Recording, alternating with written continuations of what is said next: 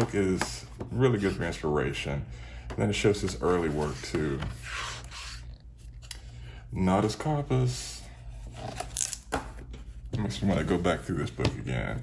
But I recommend this book. It's worth it if you are a fan of good design, and not just good design, fun design. Because, you know, with design, it could be just taken too serious sometimes, and having it taken so serious could also eliminate the fun of it. This book right here, this book, I'm just gonna tell you right off the bat, spent $100 on this book.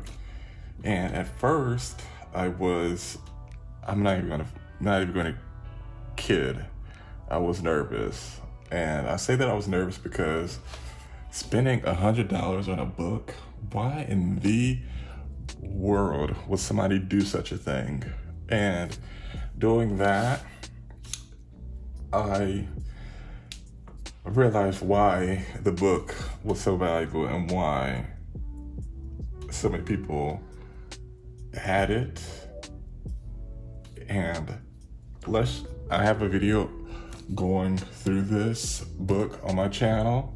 Just search, you can just go to like my channel and search Dooley Young. I do like a small review on this book, but let me show you. It has tons of inspiration. Also talks about the logos.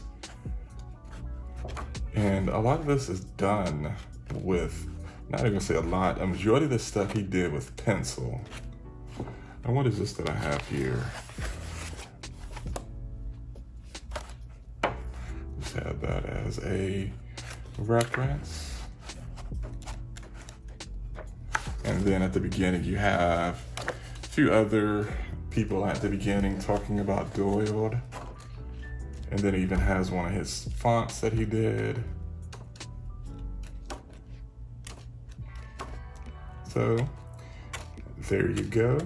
If you ever get this book, and you would notice, I mean, I noticed at least a big influence that this book has on a lot of artists. So this book, Dangerous Curves, Mastering Logo Type Design by Dooley Young. Forward by Herman Zapp. And this right here was one of my really early parallel pen books. I cherished this book so much, and I used the absolute mess out of it.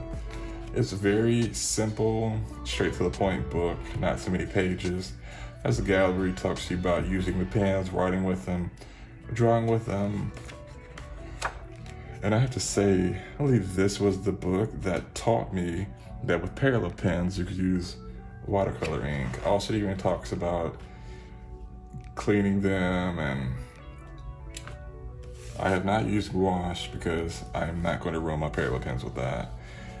You know, also even, you could even fill up the barrels, which I'm not doing that.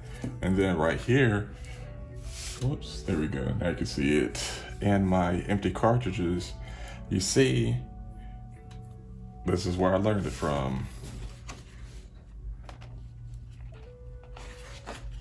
And that is that. When did this come out? 2000. I guess 2014 was the last time it was printed. But I'm not sure, you may be able to find this from Paper and Ink and Arts. Really good book. If you're able to find it and you enjoy parallel pens, worth it. And this right here, this book coming up, I have to say, I recommend this book for anybody getting into calligraphy, and especially those that want to take it seriously. Because Sheila Waters, I don't need to say much more. A master scribe, master teacher. And the cool thing about this book It teaches you the basics, gives you introduction, design and layout, concept, applying principles, showing you different hands. This book is from John Neal Bookseller, Foundation of Calligraphy. Oh, they published it. I think I bought this off of Amazon. But this book, wherever you could find it, it is worth the money. And I highly recommend making the investment. All of these books that I'm showing are ones that I decide. What is this? I don't even know. Something. Anyhow, so as I was saying, all these books are an investment that are worth you taking the time to, maybe just check out, see which one works for you. And ornate pictorial calligraphy. I got into this book because I am a fan of oblique calligraphy, when people can do birds from it.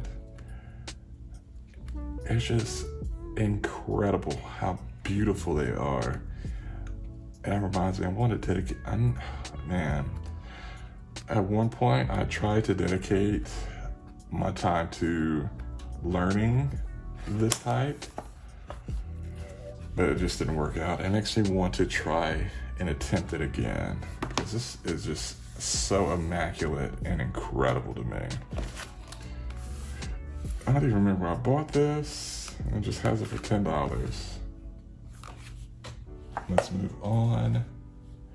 Last but not least, this book purchased many, many years ago, of course, from the Amazon, Art of Calligraphy.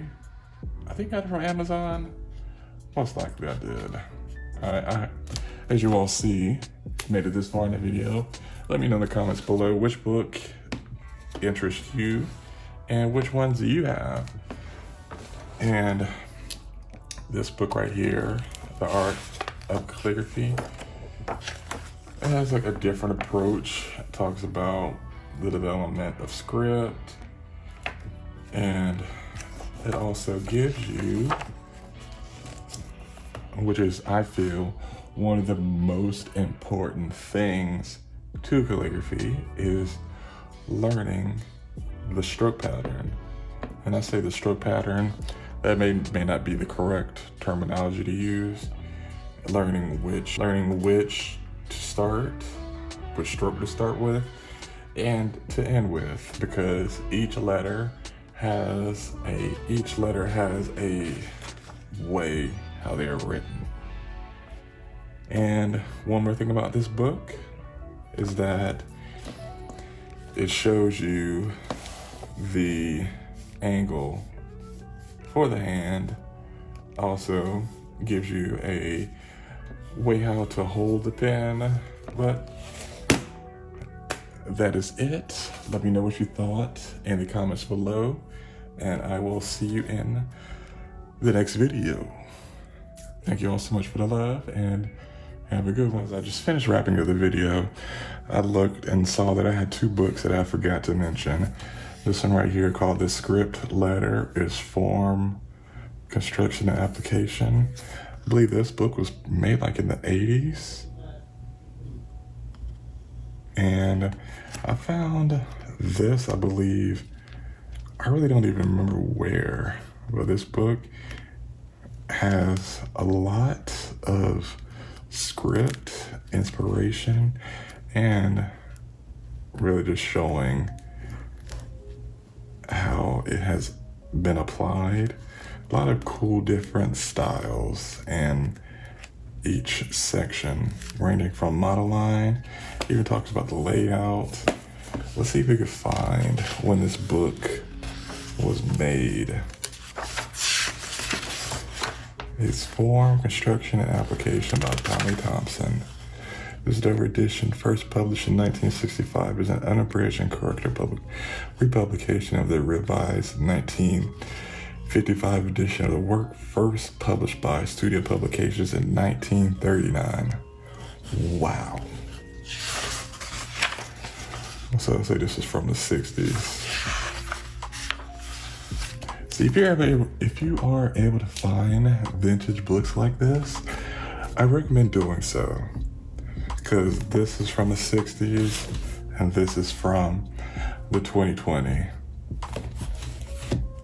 So you can see the difference. But let's talk about this book really quick. The Lettering Manual by Ken Barber, House Industries produced. This book, I recommend getting it. It has the basics, the techniques, the models, recommended reading, and also follow Ken Barber on Instagram. He has incredible work. And one of the logos that he did the Jimmy Kimmel logo. And just saying stuff like this, look at how fun that is. You all know I just mentioned about having fun with design. And that is a great example.